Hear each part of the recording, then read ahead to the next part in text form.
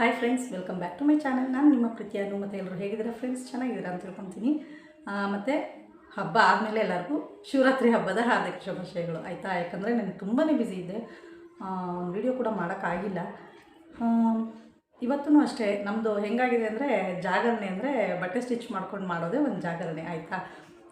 ಎಲ್ಲರೂ ದೇವ್ರ ನಾಮಸ್ಮರಣೆ ಮಾಡ್ಕೊಂಡು ಮಾಡ್ತಾಯಿರ್ತಾರೆ ದೇವಸ್ಥಾನಗಳಿಗೆಲ್ಲ ಹೋಗಿ. ಆದರೆ ನಮಗೆ ಮಾತ್ರ ಯಾವುದೂ ಸಾಧ್ಯ ಆಗಿಲ್ಲ.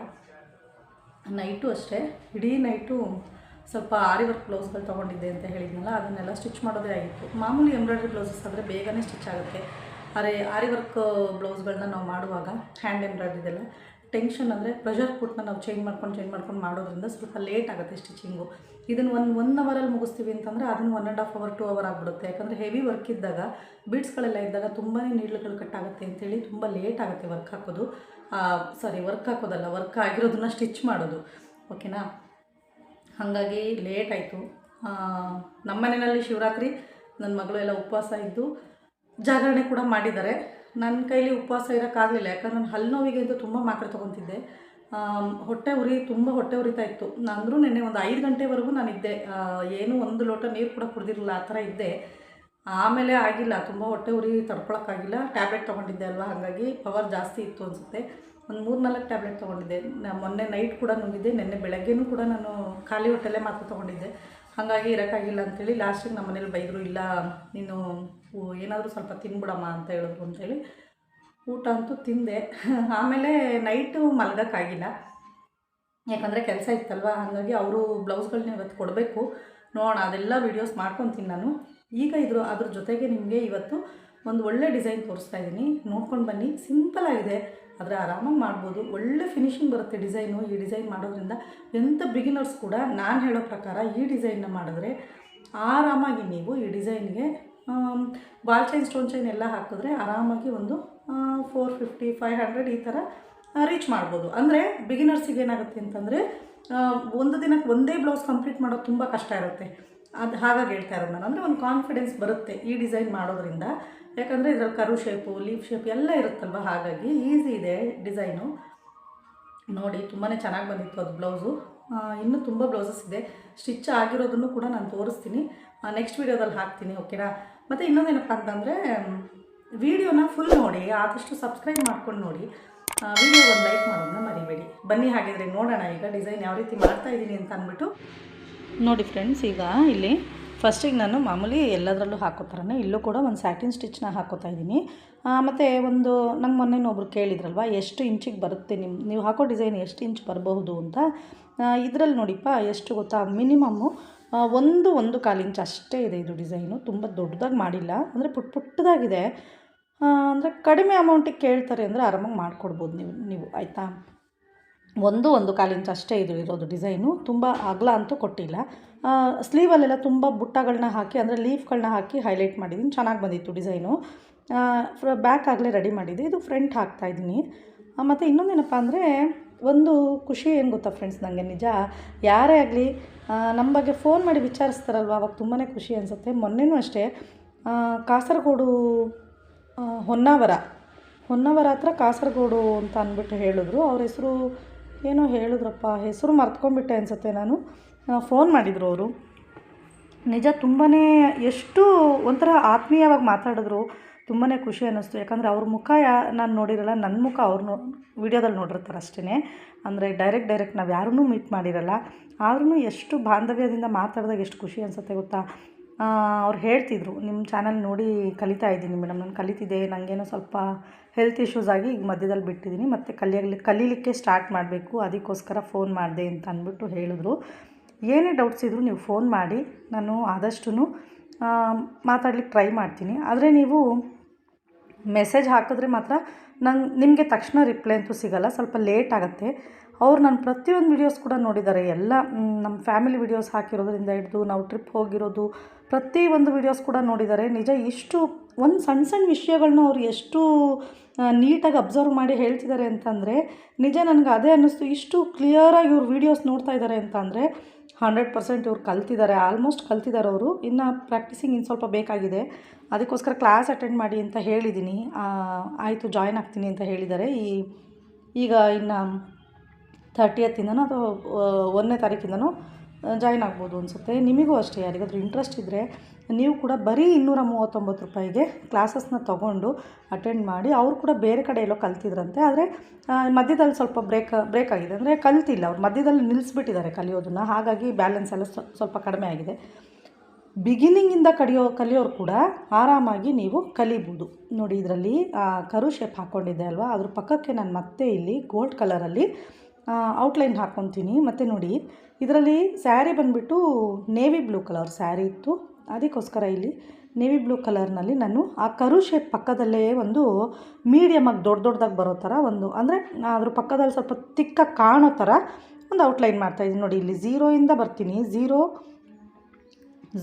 1 2 2.5ವರೆಗೂ ರೀಚ್ ಮಾಡಿ, ಅಥವಾ 3ವರೆಗೂ ರೀಚ್ ಮಾಡಿ, ಮತ್ತೆ ನೀವು 3 2 1 0 ಆ ಥರನೇ ಹೋಗಬೇಕು.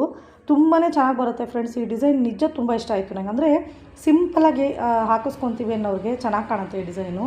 ಮಾಡಿಕೊಡಿ ಯಾರಾದ್ರು ಕೇಳಿದ್ರೆ. ಬಿಗಿನರ್ಸ್ ಅಷ್ಟೇ. ಏನು ಗೊತ್ತಾ, ಮಾಡುವಾಗ ಒಂದು ಗಮನದಲ್ಲಿಟ್ಕೊಳ್ಳಿ, ಬೋರ್ಡ್ಗೆ ಬಟ್ಟೆನ ನೀಟಾಗಿ ಫಿಟ್ ಮಾಡ್ಕೊಳ್ಳಿ. ಫಸ್ಟು ಟೈಟಾಗಿ ಫಿಟ್ ಮಾಡಿಕೊಂಡ್ರೆ ನಿಮಗೆ ಎಳ್ಕೊಳ್ಳಲ್ಲ ಎಲ್ಲೂ ಬಟ್ಟೆ, ಅಂದರೆ ರಿಂಕಲ್ ಆಗೋಲ್ಲ. ಫಿನಿಶಿಂಗ್ ಕೂಡ ಚೆನ್ನಾಗಿ ಬರುತ್ತೆ ನೀವು. ಮತ್ತು ಇನ್ನೊಂದು ಏನು ಮಿಸ್ಟೇಕ್ ಮಾಡ್ತೀರಾ ಅಂತಂದರೆ, ಮಿಷಿನ್ ಮಾಮೂಲಿ ನಾರ್ಮಲ್ ಸ್ಪೀಡಲ್ಲೇ ಇರುತ್ತೆ. ನೀವೇನು ಮಾಡ್ತಿರ್ತೀರಾ, ಬೋರ್ಡನ್ನು ತುಂಬ ಫಾಸ್ಟಾಗಿ ತಳ್ತಾ ಇರ್ತೀರ, ಇಲ್ಲ ಅಂತಂದರೆ ಮೂನೇ ಮಾಡಲ್ಲ, ಸ್ಟಾಪ್ ಮಾಡಿರ್ತೀರ. ಅಂದರೆ ನಿಧಾನ ಅಲ್ಲಲ್ಲೇ ಸ್ಟಾಪ್ ಕೊಟ್ಕೊಂಡು ಮಾಡ್ತೀರಾ. ಮಿಷನ್ ಪೆಡಲ್ ಮಾತ್ರ ನೀವು ಸ್ಟಾಪ್ ಮಾಡೋದೇ ಇಲ್ಲ, ಓಡ್ತಾನೆ ಇರುತ್ತೆ. ಆವಾಗ ಏನಾಗುತ್ತೆ ಅಂದರೆ ಒಂಥರ ಗಂಟು ಥರ ಅಲ್ಲಲ್ಲೇ ದಪ್ಪ ಅಲ್ಲಲ್ಲೇ ತೆಳು ಆಗುತ್ತೆ, ಅಂದರೆ ಒಂದೇ ಲೆವೆಲಲ್ಲಿ ಬರಲ್ಲ.